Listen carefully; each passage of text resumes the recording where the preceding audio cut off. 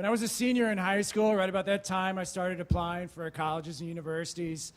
My father came to me, sat me down in his thick Bronx accent. He said, your mother and I have been talking, and really think you should focus on your studies when you go away to college. So we decided we're going to cover your tuition and room and board when you go away to school. I was moved by this incredibly generous act and a testament to my father's belief in the power of education. 4 years later, I made a decision to continue my studies by pursuing a graduate degree here in Washington, D.C. But when I told my father, his response was decidedly different. How are you going to pay for that? And how the hell are you going to live in a city like Washington, D.C.? Those were two very, very good questions. I quickly discovered that the university I attended had a job board for down-on-their-luck graduate students like myself, and every Monday I would make my way to the Career Center to look at that job board to see how it was going to generate some revenue for the week. And it was that very job board that got me jobs answering phones, stuffing envelopes, and performing handyman tasks at the homes of alumni who quickly regretted the decision to hire me as a handyman at their home. But it was on one Monday I saw a rather unique job listing that caught my attention. It said, earn $150 for 1 hour of work this Friday night. Knowledge of television helpful? Call for more information.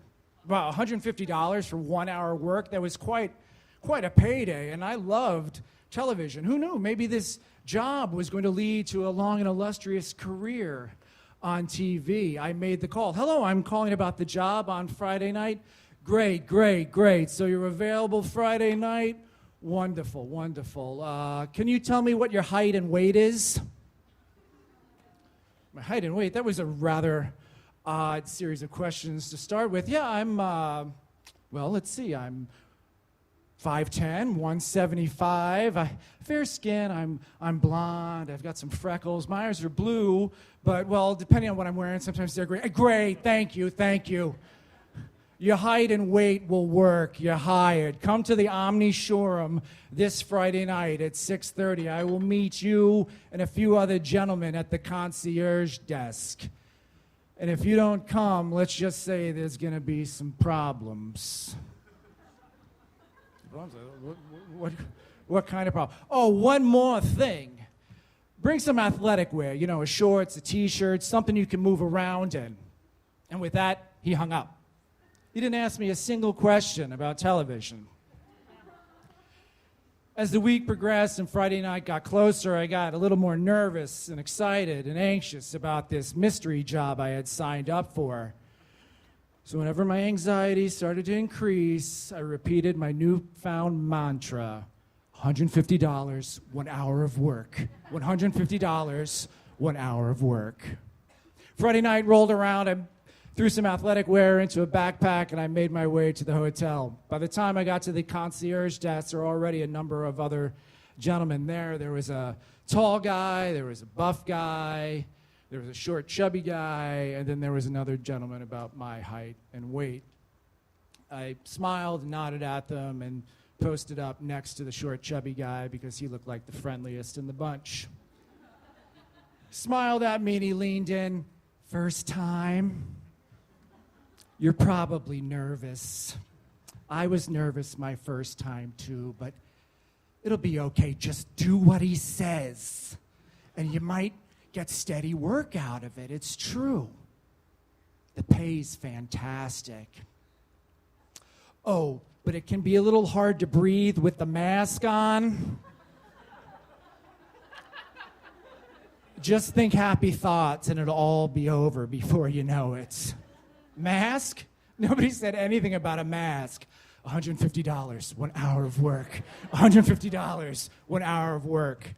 Suddenly, out of nowhere, the man that I spoke to on the telephone appeared in front of us, and I knew it was him immediately because he looked exactly like he sounded. He said, okay, you guys, motioning to the buff guy, the tall guy, and the chubby dude, you know the drill. You can go back in the conference room back there and change. I'm going to brief the new kids. He said, guys, listen up. This is a very, very easy job. It's very, very simple. Just follow my 3 simple rules, and we'll have a great old time, okay? Okay. Rule number 1, no talking. Under no circumstances are you to talk to the clients. Some are going to try and get you to talk. Some are going to try and provoke you. But just do me a favor. Keep your mouth shut. Rule number 2, the costumes. The costumes you will be wearing are incredibly expensive to maintain and impossible to replace. Should anything befall them, a stain, a smudge, a rip, a tear, you will not get paid. Let me repeat, you will not get paid. And rule number 3, it's very simple. Stay clear of the bear. That's right, the bear can be a little temperamental. We never know how he's going to react in these situations around new people, so be smart, steer clear of the bear. $150, 1 hour of work. $150, 1 hour of work. We were led to a conference room. He looked at us and said, all right, gentlemen, your costumes are in there. Someone will help you get it on. And then we'll start taking the pictures.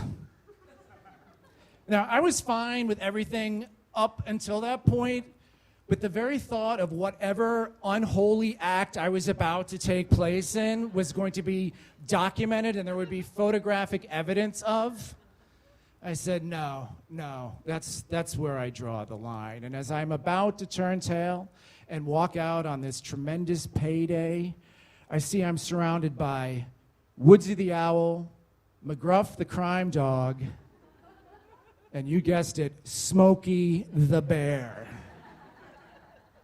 The job, as it turned out, was to join these costumed characters from very, very popular public service announcements of the day at a reception for television executives who were in town in the convention. We were all going to get our pictures taken.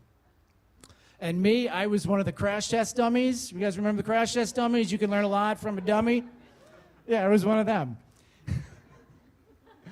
An hour later, hundreds of high fives and tons of pictures later, I walked out of there with $150 in my pocket and a backpack full of leftover beers. I'm pleased to report I did not agitate the bear. I didn't talk to anybody. And I didn't damage my costume. And more importantly, I learned something very, very important that night, that if your face is completely covered by a mask, it really doesn't matter what expression you make when the photographer says smile. It only took me 30 minutes to figure that out. Truthfully, I never did very much with my master's degree, but since that time, as a crash test dummy, I've gotten paid to dress up, wear a costume, or play characters on at least 10 separate occasions.